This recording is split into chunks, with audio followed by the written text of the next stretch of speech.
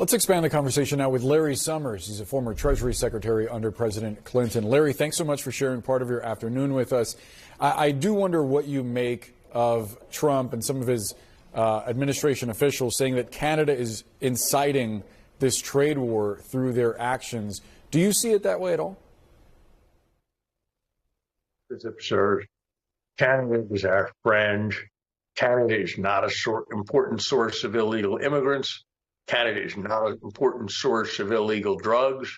Canada is an important market for American products. Canada is a crucial co-producer with American automobile companies that enable North America to compete with Asia and Europe. This whole policy is of the stop or I'll shoot myself in the foot kind. It represents a self-inflicted supply shock, a wound on the American economy. It is very dangerous. The major winner will be Xi Jinping. Why do you say that? Because we are, with our tariffs on China, giving him an excuse for their poor economic performance and ability to blame it on us. Because by alienating all our traditional allies and creating uncertainty about whether we can be relied on, we're driving people into China's arms. When it comes to the impact on U.S. consumers, if these tariffs wind up going into effect 1 minute after midnight, how soon do you think Americans are going to feel an impact? I think it'll be within a small number of weeks, because people will know that when they deplete their inventory, the marginal new good in their inventory is going to be more expensive because of the 25% tariff, and therefore they'll price that in. They'll want to be able to blame their price increases not on themselves, but on some policy from outside. And so they'll want to associate the price increase as much as possible with the tariff, and that will mean doing it very quickly. So I think this will be felt very rapidly in the economy, and there's never a good reason to raise prices, reduce people's purchasing power in order to make yourself less competitive.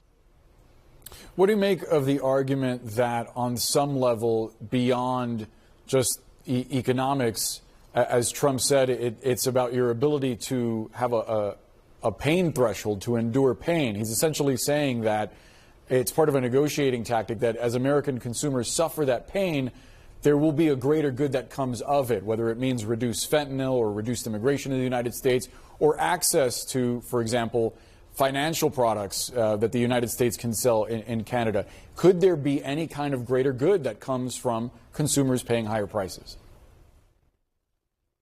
It's belief that the United States is suffering in a major way from Canadian exports, that the United States is suffering from a major way from its cooperation with our traditionally most reliable ally, that is Canada.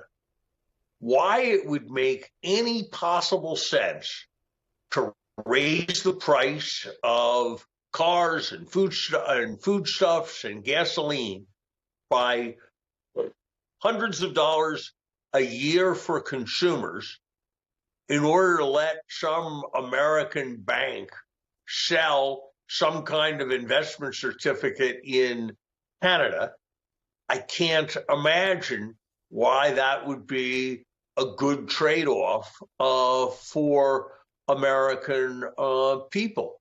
And the effect of all of this is just going to be that every other country in the world, if we were prepared to do this with Canada, is going to view us with much more suspicion. They're certainly not going to do anything voluntarily generous for us if they expect to be extorted in the near future in this way. So it's pretty rare, actually, to be able to formulate a policy that's lose for American consumers, lose for American producers, lose for American influence in the world and only is benefiting our adversaries who are getting a great deal of satisfaction out of seeing this spectacle of traditional alliances being torn apart with these kinds of threats.